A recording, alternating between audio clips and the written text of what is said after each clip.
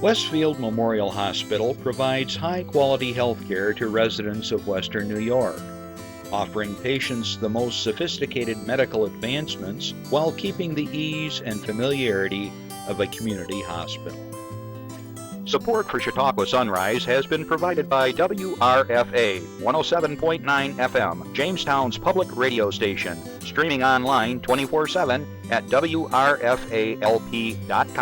Low power to the people. Chautauqua Sunrise is made possible by a grant from Fredonia Place, a continuing care retirement community providing dignity in a modern luxury environment.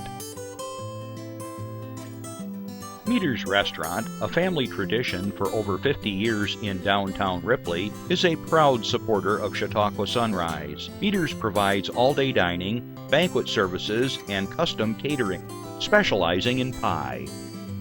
Funding for Chautauqua Sunrise is provided in part by the Chautauqua County Industrial Development Agency, with offices in Jamestown and Dunkirk, helping businesses to prosper throughout Chautauqua County. From supporting people with disabilities to enjoy great lives to providing health care services that are available to anyone, the Resource Center has been improving our county for more than 60 years. Learn more about how the Resource Center makes a positive difference in people's lives.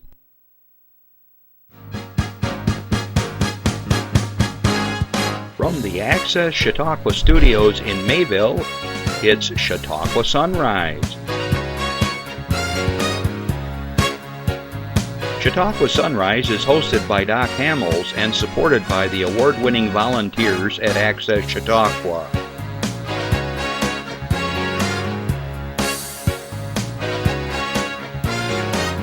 We are here to share local news, colorful interviews, and events of interest to everyone. Chautauqua Sunrise is broadcast live Saturday mornings each week from 9 to 10 a.m. Send events via email or call us live. Check us out on YouTube and Facebook. And now, from the Access Chautauqua Studios, it's Chautauqua Sunrise. Good morning, everyone, and happy St. Patrick's Day weekend. I guess that's how I got to look at this. Sometimes when it's in the middle of the week, everybody celebrates it that day, but the festivities, they rage on for the weekend. So I hope if you're out there, please be careful. Make sure you got a designated driver. Almost all my life, after my college years, I was a designated driver. During the college years, we needed one. But anyways, I know a lot of places are having music and corned beef and all that good stuff. And so enjoy it. I want to tell you good morning, first of all, to everybody that's watching live right now here on Access Chautauqua, channel 1301 on Spectrum. I want to say, let's see, I go through my whole list here. Anybody that's streaming live with us around the world, especially my friends over in the Ukraine, as I always say every week, hang in there. More help is on the way. I see that Poland is going to be sending some help to you. I won't go into great detail, but I read things. And we still are just in horror of what's going on over there. So hang tough, and we think about you. So you're not forgotten whatsoever. And I want to tell you that every single week till this thing is over. And I hope it'll be done soon. I don't know. But anyways, Natalia, hello, and all your friends. Let's see. Good afternoon to all my listeners on WRFA 107.9, low power to the people in Jamestown. Thanks for dropping in Tuesdays at 1 o'clock. Jason Sample and company over there. Thanks, guys, for having us. We got a very interesting show today. We're going to talk about how an agency for the county helps every one of us every day, and we don't even realize it. Okay? So stay tuned. I think you're going to find it interesting. 2 days till spring. Silence. It doesn't look that way, does it? But the daffodils are popping up, and a bunch of robins came through the other day, so we're getting there. It's a usual, you know. Out in my way, there's an old saying that the peepers, you know, the little baby frogs, they have to look through glass 3 times. And I used to say, well, what's that supposed to mean? Well, the little ponds where the peepers are, they've got to look through the ice 3 times. So I've lost count, so I don't know when we start counting, but hopefully this is number 3 today, but I see we're going to be in a warming trend this coming week, so that's really cool. Now, I got to remind you that this is a live show at this very moment, and if you want to call in, you can give us a call at 716-753-5225. Why would you want to call? My guest has lots of interesting and cool things to share with you. You may have a question for him about what he does for a living and his crew. You may want to share some information about your club or organization. You might want to wish somebody happy birthday. In fact, I'm going to do that right now. I'm going to wish Bill Ward happy birthday, a fellow musician all these years. I see that he is having his birthday today. On Facebook, you know, those things pop up, so that's how I know these things. But happy birthday, Bill, and we crisscross the county throughout the summers, playing here and there, and we've shared the stage a number of times. So anyways, Bill, keep on strumming and picking, and hope you keep on going for many, many, many, many years. All right, now, here's the St. Patrick's Day dilemma, as I call it. Okay, why am I calling it a dilemma? It was a dilemma that I had to face every year growing up as a child. And you might think, what is he talking about? Well, Hamels is Belgian, so forget about the Belgian side of my life. But my grandmother on my dad's side was Mary Doherty, and we were Irish. And my other side of my family was my mother's side, the Fiorellas. And the Fiorellas were Sicilian. So this is how it went. St. Patrick's Day, when I was probably now in my late teens and 20s, we were able to drink. You got partying 2 days on March 17th, and you had 2 days to sober up and get ready for St. Joseph's Day, because that was the holiday 2 days later where you had to get your act together and be very, very pious and celebrate St. Joseph's Day. We used to go to Batavia. Now, I know some of you in Jamestown that are listening right now, perhaps, or even up in Dunkirk, Fredonia area, where there's Italian-Sicilian quarters. St. Joseph's Day was a big deal, and people would invite people to their homes, and they would celebrate St. Joseph's Day, and they would have food, and it was given freely, or they would have it at churches, and they would have pasta and everything else. So in walked the big, tall Irish Belgian guys, and my mom, who was a short Italian woman, and we just blended in not. We always would go to Batavia to see my cousins. They were all these little short Sicilians, and my brother and I were like, and my dad were like these auburn-haired 6-footers. But anyway, so this weekend was always special in our house, and celebrating one day for the Irish, and then the next day or two for St. Joseph's, which usually was something Italian-Sicilian. So if you're having a holiday weekend, be safe, and hopefully you have family together and have a great time. We were talking earlier on the show that, before the show, that there's music is happening all over the place, especially this weekend. And I was invited by one of my bandmates, Bob Henry, to come on over tomorrow at the Big Inlet, and we're going to do some Irish music. Many of you may or may not know that I played Irish music for quite a long time with a couple of different folks. And people always thought I was the Irish folk singer. I mean, that's all I did for a living. No, I only did that for a short period of my career, and I'm actually an old rocker. And but Bob and I are going to get together at the open mic at the Big Inlet tomorrow around 2 o'clock, and we're going to do some music, and other people are going to be there too. But anyways, so that's coming up. I'm just sharing things because I'm being totally self-promoting here. My band, the Midnight Growlers, we're going to be at Grace and Abe's next Saturday from 7 to 9. That's another great venue if you haven't been there, and they're going to have music. And of course, there's music in lots of other places, but just check out the news. And then there's one that's coming up we have never done before. I've never played this venue before. It may be one of the biggest venues I've ever played in my career. We're going to be at the Northwest Ice Arena for the Grapes and Hops Expo on April 1, and we're going to be playing, I'm not sure, sometime in the early afternoon. So the band is really excited, and I understand they've sold quite a few tickets, but hopefully next week I'll have more information on that for you. But I don't even know how many people that holds, but it's got to be a couple thousand anyways. And so music is starting to open up again for the season, and a lot of the bands are brushing off the snow and the rust, and they're getting ready to play for all of you. Okay, so enough on that kind of thing. I have some announcements I want to share, and then we're going to get to my guest, who is anxiously waiting to tell you all about what his group has been doing this year. All right, ready? Here we go. Slide 15, Jeff. Close and Maybe I Do. That's the name, to show at the Reginald A. Center for the Arts. It's an Academy Award Best International Feature nominee. Close shows Wednesday, March 22nd at 7 p.m. In the film, Leo and Remy are two 13-year-old best friends whose seemingly unbreakable bond is suddenly tragically torn apart.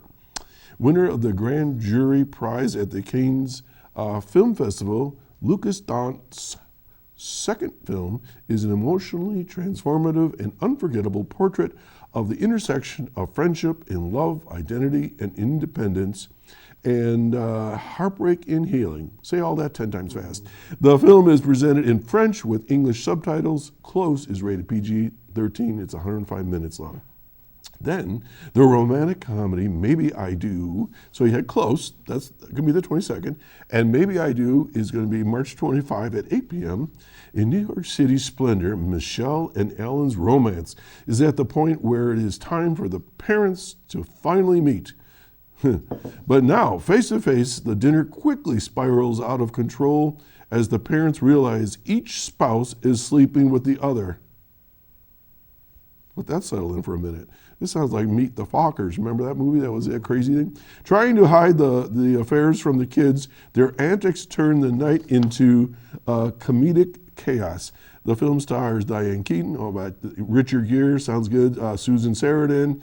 Maybe I Do is rated PG-13. It's 95 minutes long.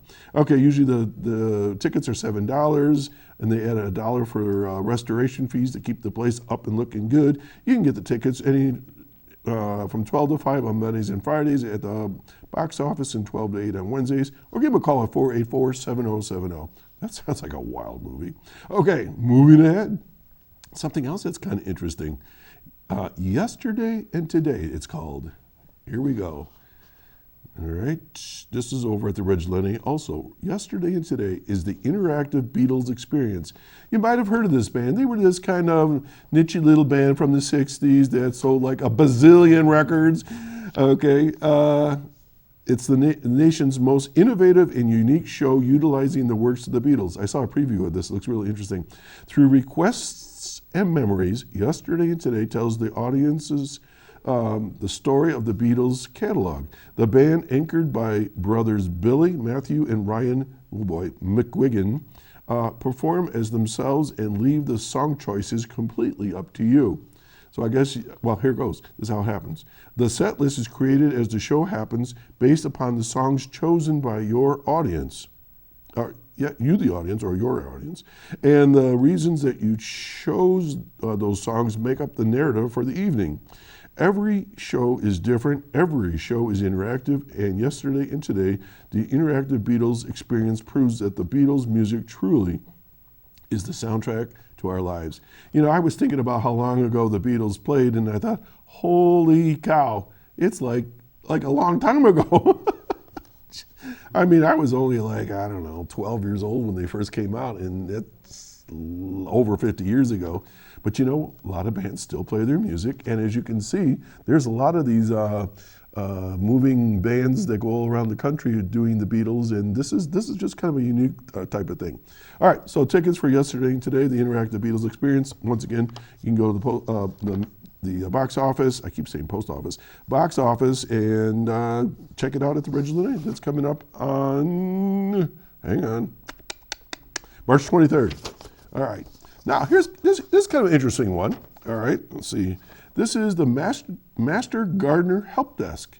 Okay, the Cornell Cooperative Extension of Chautauqua County's Master Gardener program is excited to announce the Master Gardener Help Desk, which reopens April 5.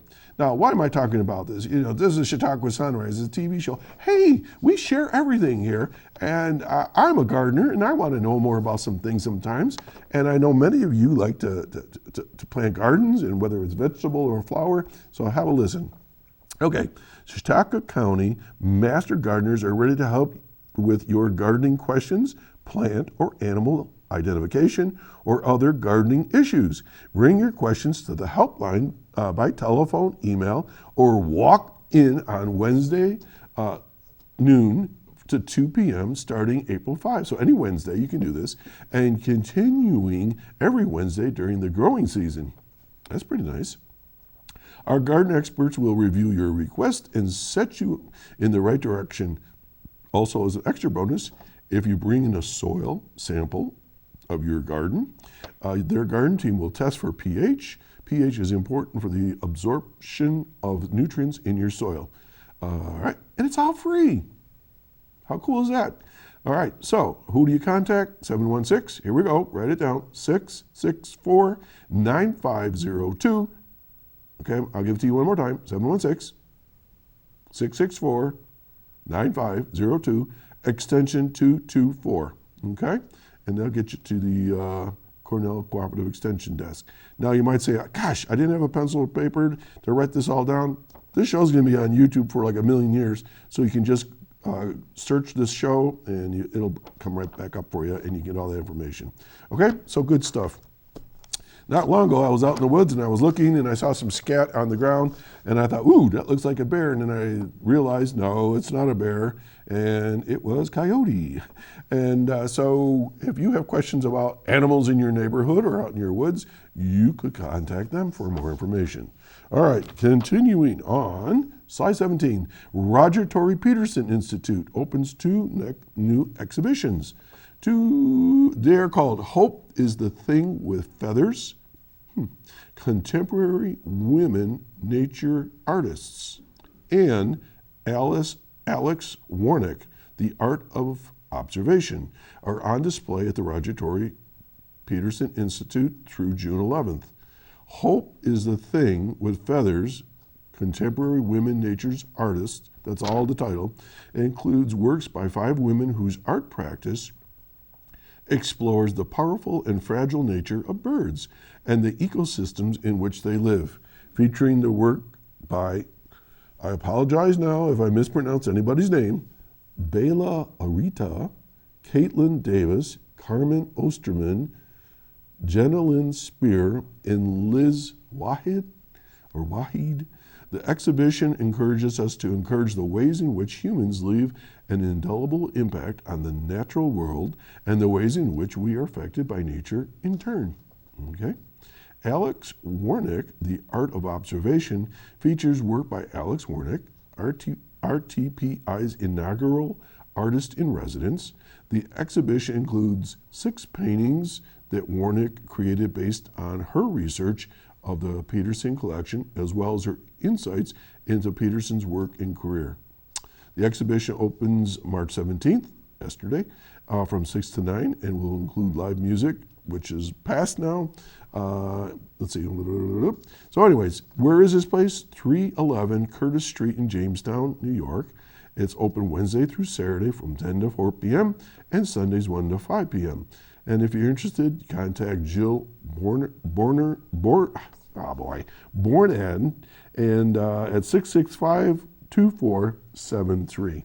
Okay, if you've never been there, very, very cool venue, very cool place to visit. Now, last one, just down the road from here, a place that I have spent quite a bit of time over the years at, the Grape Discovery Center in Westfield. If you've never been there, shame on you. You need to go visit there. It's really, really interesting. They're going to reopen for the season on Thursday, March 30th at 11 a.m. It's located at 8305 West Main Street in Westfield.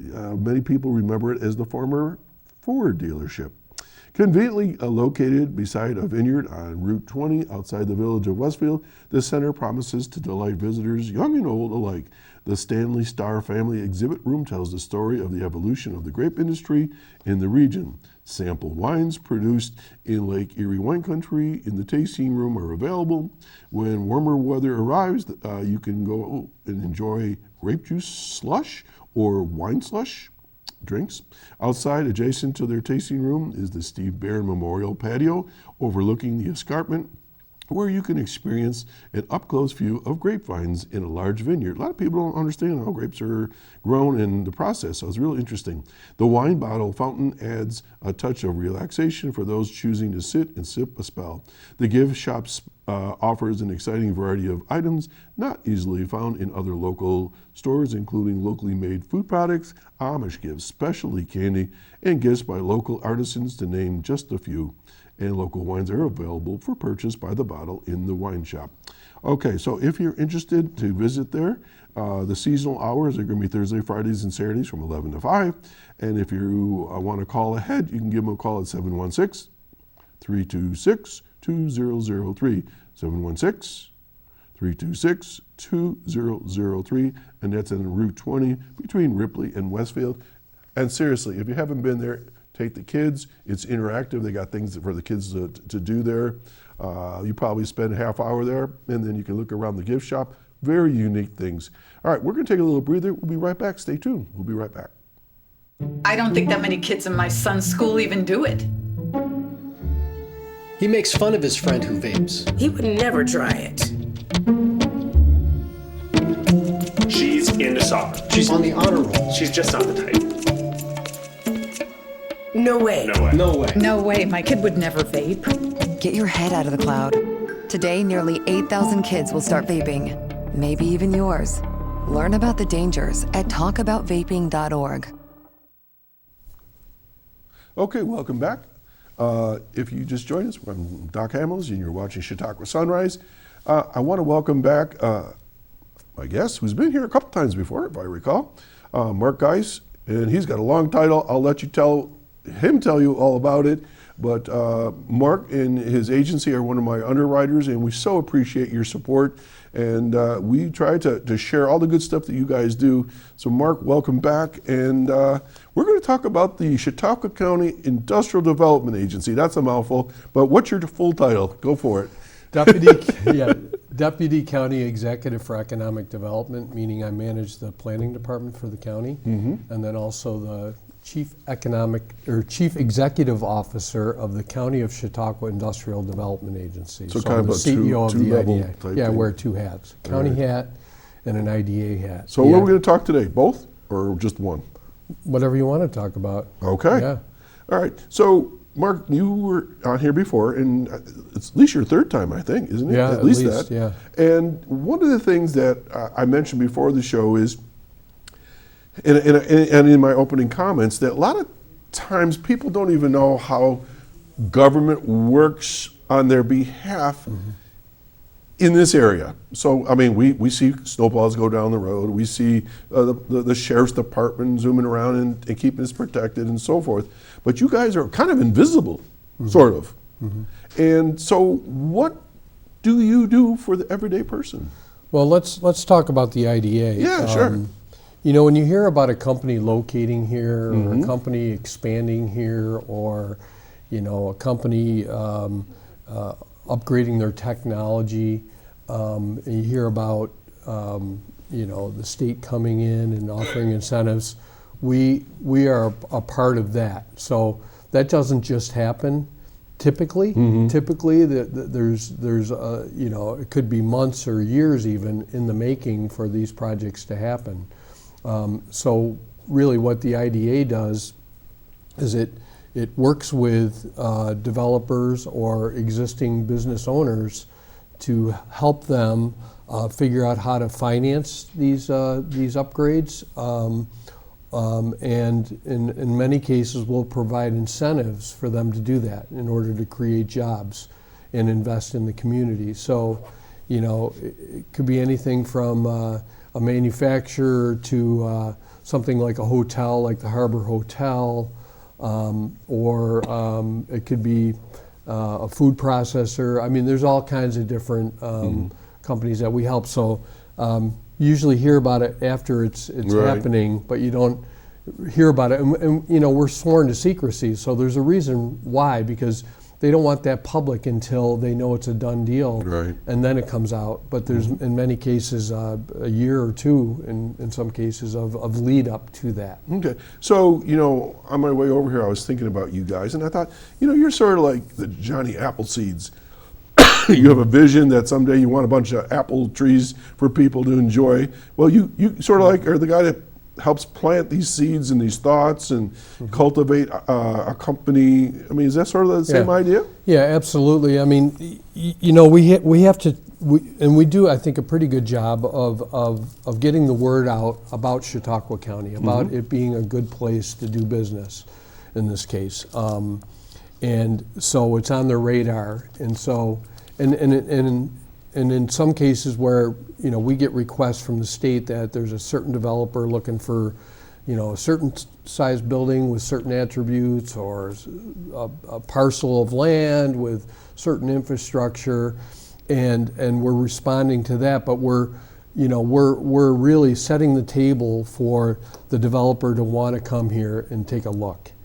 And then we work with them again on what we can do, what we have, what we can do to help them, and hold their hand through the whole process. In cases where they're not a New York State company, they don't understand the permitting or all the other things that are associated. I hear that with, quite often. That they say it's kind of complicated. Yeah. So we hold their hand through that whole thing, and we help them to get through that entire process to get to the point where they can, put a shovel in the ground. So right now, maybe you never know.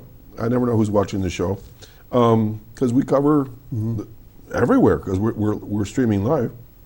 If somebody wanted to come to Chautauqua County, and they say, all right, I want to start a business. All right, so I contact the idea. How much does it cost to get your services? Well, it depends on what it is. Certainly if it's a small business, we somebody that wants to start up a business, that's not really our gig. Yeah. What we typically do in that case is we send them over to the Small Business Development Center. Courtney Curatolo and her group. And that's at JCC, right? Yep, at JCC, and they help them to put together a business plan and look at, how's it going to be financed, who's their market, et cetera, et cetera. But in cases of where somebody wants to do an expansion, what was your question? Well, I guess where I'm going with this is if somebody's watching right now, Yeah. and all right, so if somebody's watching right now and wants to start a business, go to the Small Business Development Center at Jamestown Community College. It's in the phone book. So, but if there's an established company that says, I make widgets, but I think I got a new idea, but I need help. Yeah. So they come to us, and so what we do is we're sort of the one-stop, right, or the first place that they go. And we sit down with them. We face to face. I don't even like to do it electronically. Yeah, I don't like to do it over Zoom. Sit down with them and really talk about what they're planning on doing. If it's somebody that's looking to do an expansion, they're already here. They're saying, hey, we want to put on a 30,000 square foot expansion. We want to buy this equipment.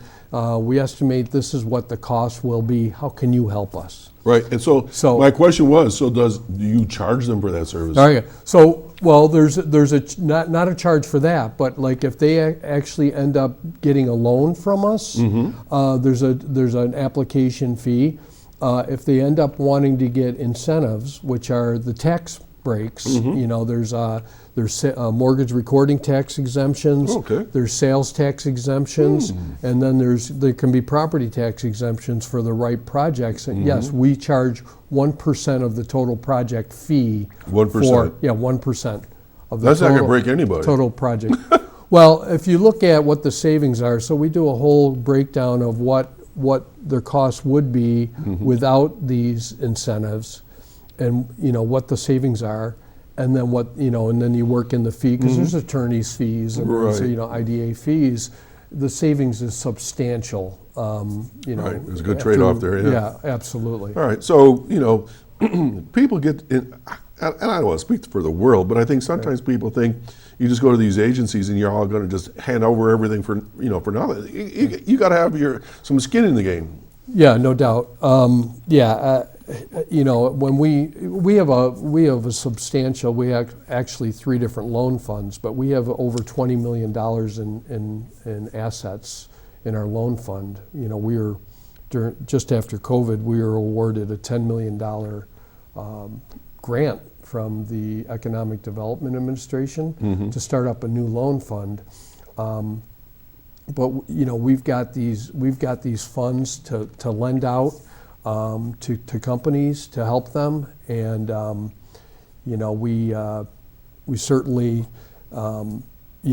if they're looking at a loan, of course, they would have to have skin in the game. It would have to be, it typically is like a 10% of their own equity. Seems reasonable. Yeah. And 40% from us and 50% from a bank, and then we Right, take a right. second collateral position behind the bank. So it's higher So with you risk. guys on board, that certainly strengthens their position, I would No think. doubt about it, and the banks like working with us because Excellent. they're not funding the whole thing themselves. They have the IDA coming along, Okay. and then with the other with the tax incentives, they've got to have skin in the game. I mean, it can't be, hey, give me all grants. They've got to also have skin in the game. Okay, so people are listening right now going, $20 million, that's quite a bit of money. So who oversees all this? I mean, obviously you're the CEO and you're Right. the boss man, but Right. that's a lot of responsibility. I'm assuming there's other people that get in Yeah. this. Well, I'm sure you've heard of Rich Dixon. I know Rich. Yeah, Richie. Richie's our CFO and has been for, I think, 16 years Yeah. now, and he's spectacular. In fact, he won a Lifetime Achievement Award Very nice. last year in Cooperstown at the New York State Economic Development Wow. Conference. Okay. He's known far and wide for his expertise Yep. and his well-roundedness, because he's not only a money guy, he's a personality guy, and everyone knows him. And Oh, loves he him. lights up the room when he walks Yep. in, yeah. Yeah, and so he does a really good job, and then Kayla Strandberg is the controller for the IDA, and then we get audited, of course, every single year, and in fact, we're so good that the EDA invited us to apply for this $10 million grant. Well, that's a nice problem. Yeah, because we've had this 40 Good years. track record, yeah. Yeah, we've had a LTEC loan fund for 40 years and have managed it very well. In fact, we have to, it's high risk, so we have to have a certain number of projects, and I know this sounds crazy, that don't work out. Otherwise we're not being risky enough. You follow me? I do, Yeah, because it can't be you're all trying just to good give stuff. everybody a chance. Yeah. And there's going to be what's the old saying, within, is it 7 years, business go out of business Yeah. or whatever it is. So so you're at least giving people the opportunity to That's be right. successful. That's right, and they don't always work out, but more times than not, they do. Okay. So somebody that wants to contact you, I like to walk through these things. Yeah. And they do all the paperwork. Now, does this go before like a board of directors that says yay or nay or up or down or whatever? Absolutely. We have a loan committee that reviews the loans and makes a recommendation to the board. And then we have it's a really called loan transaction committee. And then and that would be for loans, and for the incentives, we actually do a due diligence resolution. So we do a resolution by the board to say, okay, yeah, you can start the application process for this project. And then we go through the application process. Then it comes back to the board for a final approving resolution. So yes, our IDA board reviews and has to approve all of these projects. Okay, so now I'm sitting here, and this might get controversial, so get ready. So I'm assuming that there are businesses that may come to you and you think, this is not a good fit for Chautauqua County. Does that ever happen?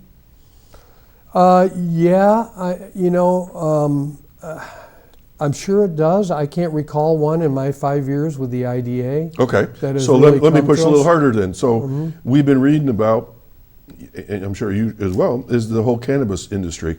So I mean, would they apply to you, and would you guys be considering them? So you've heard me say this before, and I'll say it again. We're really a tool of the local municipalities. So let's say a local municipality has decided that cannabis is a project that they would like to, to do. They would like to, Local discretion, local law. discretion, home rule. Okay. And they decide that they really want this project in their community, and if they say to us, yes, we would like you, IDA, to offer incentives to them to do this project, then yes, we're on board. All right, so and let- if not, then we say no, we're not gonna take this application. Let's define home rule for the listeners and viewers right now. Home rule basically is your municipality, your township, the board of directors, the town council, whatever. They are the ones in charge of home rule. they say up or down on a project. Is that about it? Yeah. So as long as it fits in with their zoning, you know, and you know, there's not any moratoriums Right. on certain types of projects, then yeah, they decide for themselves what they want to do. It's not the county that comes in or the state that comes in and tells them, no, you can't do that. Okay. They decide for themselves. So we follow that. We follow their lead. If they want to do a project, we're here to help. If they don't, we won't help with Gotcha. incentives. So really, you guys are not in that early decision making. You are saying, hey, you give us all green lights, we'll help you. There's a lot of cases where a developer will come to us first and say, we want to do this project, and then we pull in the municipality, Right, or we loop them direct back. them back Yeah. to the municipality over and again. say, yeah, well, you need to talk to them Right. first and make sure that they're okay with it, especially the controversial ones. Right. Okay, so if I may just continue one more topic. I know we want to celebrate, you know, your past year, because we got really some cool things to talk about. But I've been seeing quite a few articles in the paper across the county, and even in my hometown, is solar energy, green energy, wind turbines, and so forth. So I saw that the IDA has approved, I don't know, I want to say like 21 projects and so forth. And I guess and stop me anytime, but I thought I saw some pushback, and then the county responded, you guys, whoever it was, said, whoa, wait a minute. We're talking 2% of the entire county land here. We're not talking like covering the entire county with solar cells or windmills or whatever. And it's a very small percentage. So talk to me about solar energy. Yeah, so it's actually 2% of only the farmland. So Only the farmland. So Yeah. that's even a smaller Yeah, percentage of yeah. total county land. Yeah, less than 1%. Okay. And it's typically on, no, almost in every case, on less than optimal soils. But you know, the legislature, of course, the legislators get calls from people about, you know, solar, and about a month ago, I want to say, they asked if Rich and I would come and have a conversation with them about solar and talk through sort of what are the pros and cons, and you know, how do we approach this. And again, we approach it just like the cannabis example. Home rule again. Home rule. You know, if the community wants a solar project in their community, then we're here to help, and if not, then we won't. And that's how it really stands. Now, we have 21 projects that we approved, only 4 of which have actually closed. So when we approve the incentives, there's still a lot to do before you get to the end Right. of it. You know, you got to close the deal and close the loan and all that other stuff. And so really the reason why, and you probably saw where we are pumping the brakes, I'd like to say. Right, It's just not a slow down, moratorium. I don't want to call it a moratorium, because if a community comes to us and says, hey, look, and I know you don't know about this project and it hasn't gone to the IDA board yet, but we've been working on this for 2 years. I don't want to prevent that from happening. But the reason why we're sort of pumping the brakes is because we've got, you know, 16, 17, 18 projects that are just sitting In the there, pipeline, sort of yeah, in yeah. limbo in the pipeline. I want to get a lot of those closed before we open it back up.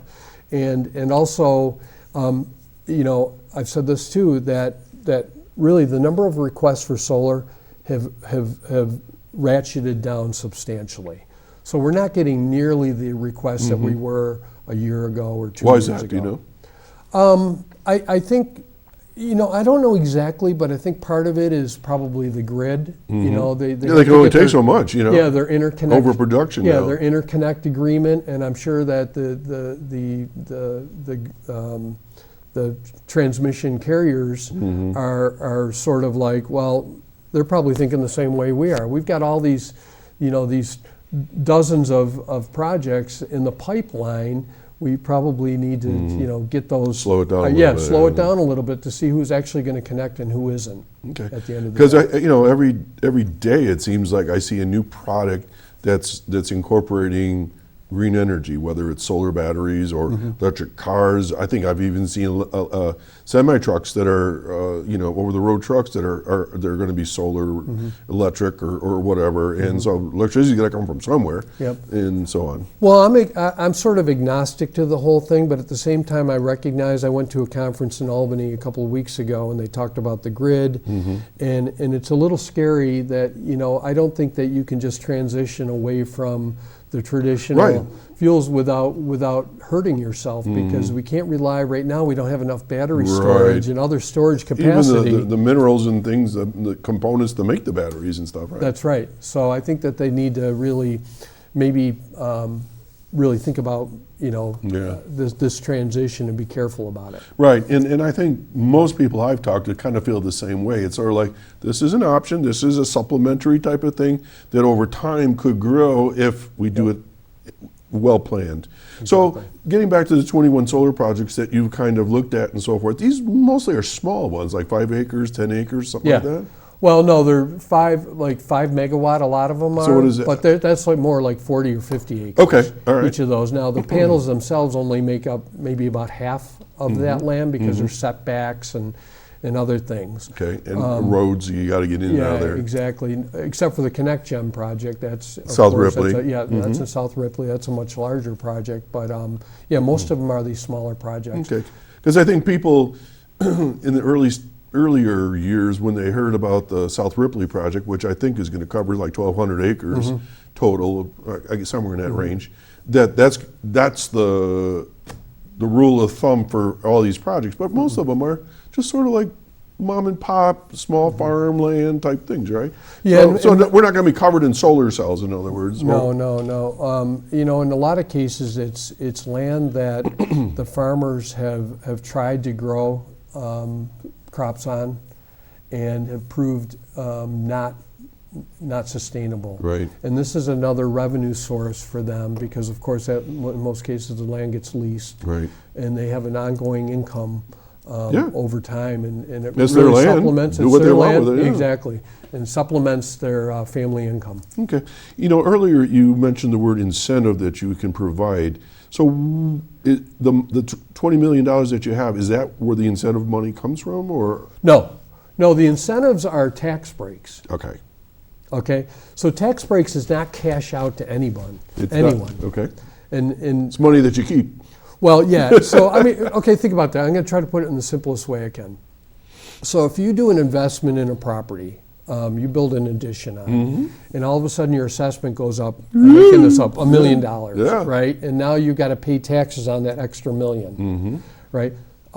What an incentive, a tax incentive, a tax break does is it allows you incrementally over, in most cases, 10 years to get up to that full tax rate. Right. So you don't get whacked with it right away. Because a lot of times these businesses, when they're putting on an addition, it takes them a while to get rocking and rolling, right? Right, you got to bring your machinery in and get. So it's not going backwards, it's not taking anything away. The same amount of taxes are paid that were paid, but over time it allows them some time to pay the full amount. I think a lot of people misunderstand that. They'll see these tax incentives, these pilots, these home, whatever they call those. Forget that. We'll call it just pilots and things like that.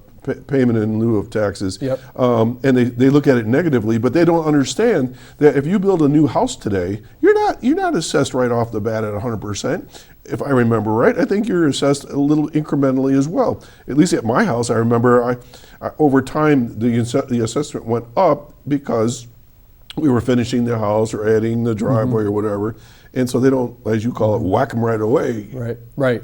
Well, and think about it. It's new money. It's new money coming into the municipality. But also, think about the jobs that are created, permanent jobs, the jobs that are the temporary jobs, the construction jobs that are created. We stay at the hotels, to eat at the restaurants, to buy the groceries, to buy the gas in your hometown. Yep. And then increase the tax base as well. Yeah, people don't see it that way sometimes. And that's why I love having you come on here so people understand this isn't just a very narrow topic. This is broad. It's the county working together in a more expansive way to bring in industry that's good for the county, and that it's helping all of us, again, affecting the person that's watching right now, their lives in an indirect way, right? Yeah, I mean, think about it. You know, you get a new business that's locating in your town, and they're employing, 35 people. They're spending money at your shops. They're buying gas. The people that are working there are buying homes. They're spending money locally. There's a lot of increasing the tax base. There's a lot having to do with that. I'm going to cite an example, and I don't always like to keep talking about my hometown, but I do like to talk about it, is in Ripley. We've got the Love's service station there. Now, we haven't had a gas station before them in years. I mean, we had to go to the state line into Pennsylvania. We had to go into other villages and towns. You go to Love's right now, I'm telling you, it is always packed. They employ, I don't know how many local people, because I know some of my family members work there. And the gas is a good price, and they pay taxes to our community. So let me talk about Love's. So Yeah, I don't know please how do. much you know. We help them out a lot. We started working with them 2 or 3 years before they ever located there. In fact, I talked to Rick Sheffield yesterday. I don't know if you've met Rick. No, I haven't. Yeah, he's their new development, their development director for new locations. So I know him fairly well. What we did with them is we provided a pilot. Okay. However, they also have a host agreement. That was the word I was looking for, host, yes. So the host agreement goes back to the town, Right. and then the town is using it to pay down some of the debt on the water and sewer infrastructure that runs down Shortman Road. Would that be all the money that they put in, the expense to do all the water and the sewers so they could bring in the business? So now it's paying itself back. Exactly. That's kind of a nice story, actually. That's a that great one. story. I mean, I was a town councilman during those years, and we'd always hear, well, there's a business that's interested in coming, but we can't tell you what it is, but we got to keep doing this because it's going to work out. And I go, okay. And it did. Yeah, it did. And I was there not too long ago, and it's spectacular. It's a wonderful there. facility. I mean, we travel quite a bit across the United States, and Loves pop up everywhere. And I got to tell you, it's one of the cleanest, nicest places you ever want to go. And it's not just gasoline. They got food there. They got all kinds of stuff you can buy, and it's nice. And the semis are just lined up. Yeah. And so we'll see what happens there too, because now that you have them there, you have Regal across the street. Right. Who knows what else can happen in that area? Well, it'd be the George Borello's Gateway Center that he and I talk about all the time. But we won't talk about that right now. George, if you're watching, I'm still looking for that Gateway Center. Mark, let's talk about you guys. Let's toot your own horn. You've got this great brochure here. And I'm going to just be quiet and let you talk about all your successes for your 2022 annual report. Because, folks, I think this is really pretty outstanding, and I congratulate you guys. You've done great work. Well, we started doing an annual report about 3 years ago, and at first it was one I sort of created on my computer, and then last year it was better, and this year it's even better. I mean, it's nice. It's pretty nice, and I have to shout out to Jason Toslowski and Nate Aldrich and Rich and Sue Kellogg and others that contributed to this. But I think we had a banner year. I mean, we did the total investment of projects that we approved through the IDA was over $500 million. Take that in. That's hard to even think about, 500 million, yeah. Yeah, just in 2022. $500 million of investment in Chautauqua County. We were involved in 50 projects.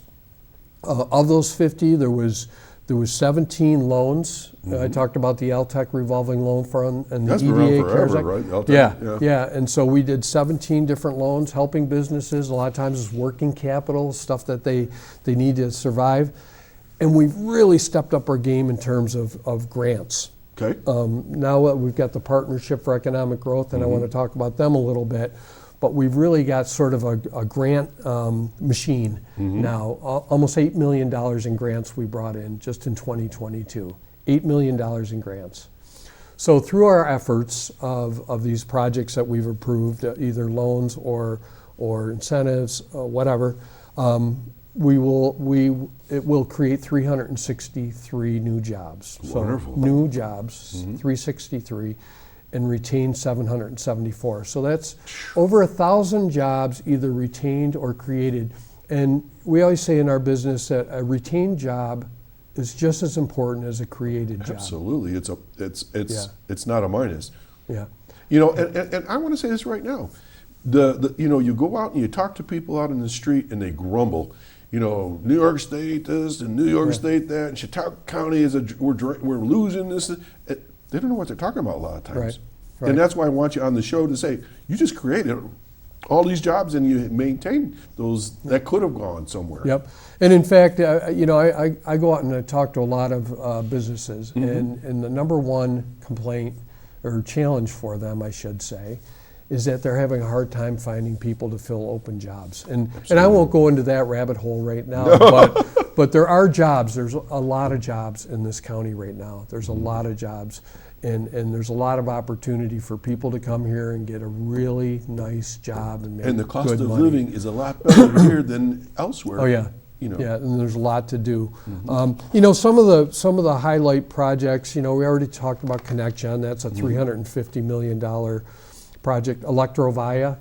You know, the old Accurite facility that was owned by Heidenhain in the Mason Industrial Park in the town of Ellicott. That's a $40 million investment in that building to make lithium-ion batteries.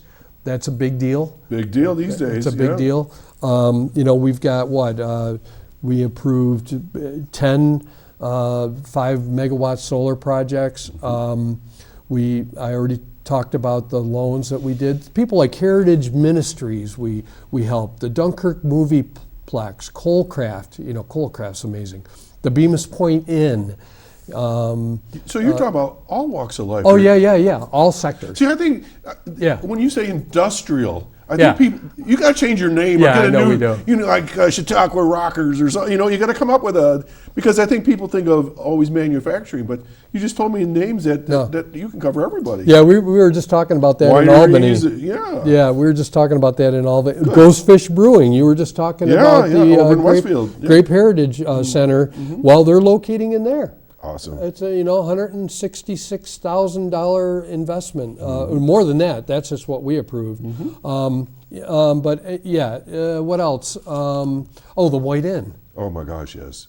huge. Yeah. You know, and Nate Aldrich is a rock star. Yes, he is. I know that. Yeah. He's a good guy. You know, he chased after grants for that. He got 10 and million. more than half. He's brought in like $10 million himself. I think. But in terms of the White Inn, over $2 million in grant funds from 4 different sources to help out on this $4.5 million restoration That's project. a gem in this county. Just a gem. I love that place.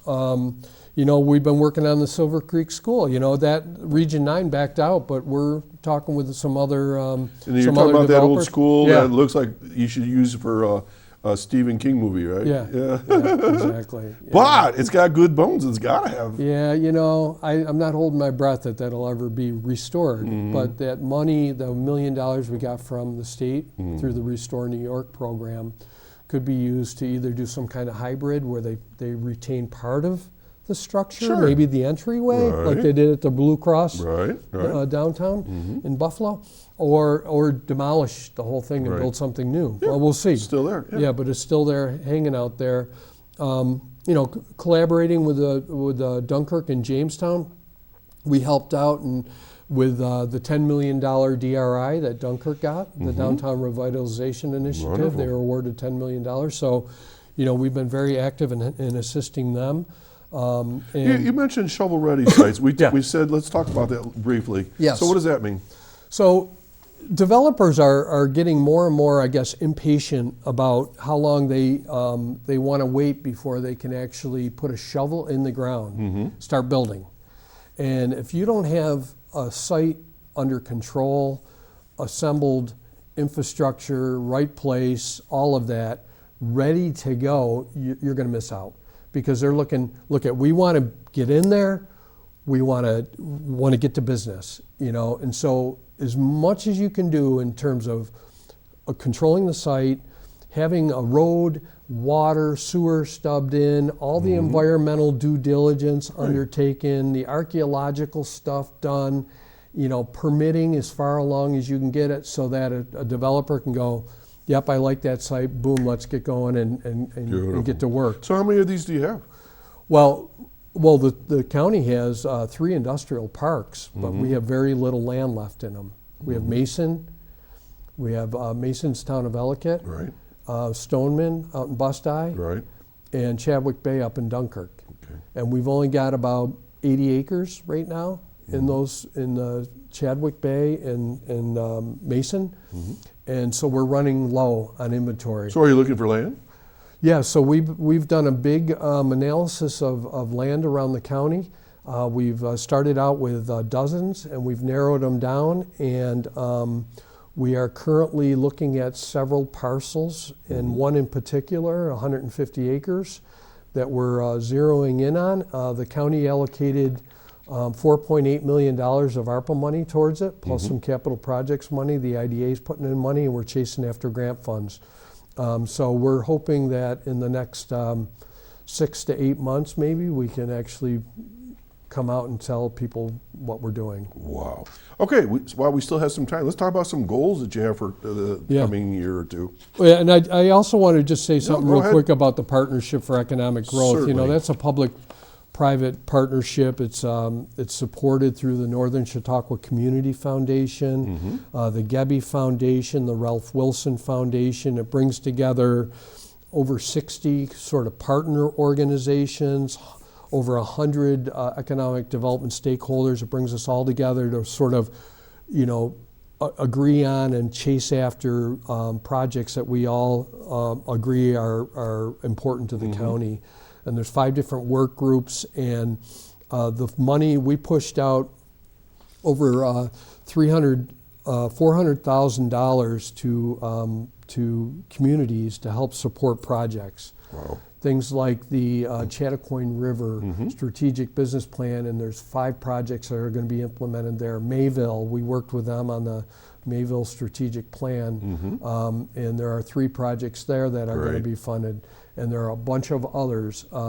So that that's one of the goals, is to keep that organization funded and going and staffed, and because they're doing just Lots of behind the great scenes work. stuff here. Lots of behind the scenes. Yep. We got to continue our collaboration with Dunkirk and Jamestown. It's so important that we're all working together, pulling in the same direction. No north and south business. Yeah, forget We're that. one. Yeah, forget that. Obviously, shovel-ready sites. We really want to nail down at least one and have others simultaneously as we're working on them. Branding, the county, marketing and branding. I talked about talent attraction. We just hired Block Club. Is the name of the company out of Buffalo, and Clever Method is another company to help with our website, but we're putting together a talent retention and attraction campaign. Really, how do we market our community? How do we get the word out? How do we brand ourselves so it's a place that people want to come and live and work and raise their families? Population decline since the 70s. It's not uncommon in the state of New York, but how do we reverse that? And one of the ways is that we get out there and we tell our story, and we urge other people to come here. This is ongoing, but business retention and expansion, we got to be proactive. We're always in the face of all these businesses. They know who we are. We're meeting with them every 6 months, every year, to say, hey, what's going on? What are you guys doing? You got anything? You contemplating anything? These are the tools that we have to help Catch you. them before they start down spiraling. Or before they go ahead and start doing a project. Yeah, let's think this through a little bit here. We can make it better. Yeah. And then there's reusing some of these buildings that are so important that are now vacant, like places like the Furniture Mart in downtown Jamestown, the Talcott Street building that was the old ConAgra facility in Dunkirk on Talcott Street that the IDA owns. It's 300,000 square feet. Woo! Yeah, and we're working hard. I hope to have an announcement soon on that. The Silver Creek School, the Truck Light Building, you know, and there are many other. Lakeshore Hospital. Yeah. You know, For and, sure. and so we're working behind the scenes on all of those. Okay. working And people with have to be developers. patient because they're always saying, well, you know, they're always grumbling. Yeah. Okay, so Mark, if somebody wants to get a hold of you or more information, what do they do? Well, they can go to our website, ccida.com, or they can call me directly. My cell number is 716-489-6075. Okay, I think we're just about out of time according to Yep. my earpiece. Mark Geise, thank you for coming in today and dispelling lots of myths about the county. I always feel energized to know that you guys got our backs and you're working hard to keep this place beautiful and moving forward. So thank you. Thank you. Absolutely. All right, folks, that's a wrap for another one. But please know that you got people that are working on your behalf, and there's more behind the scenes than you realize, and that when you hear these people grumbling out there, have them call Mark. Yeah, call me. Not to complain, but to find out more the real facts, okay?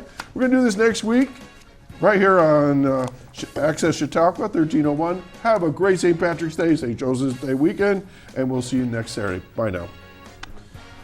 I got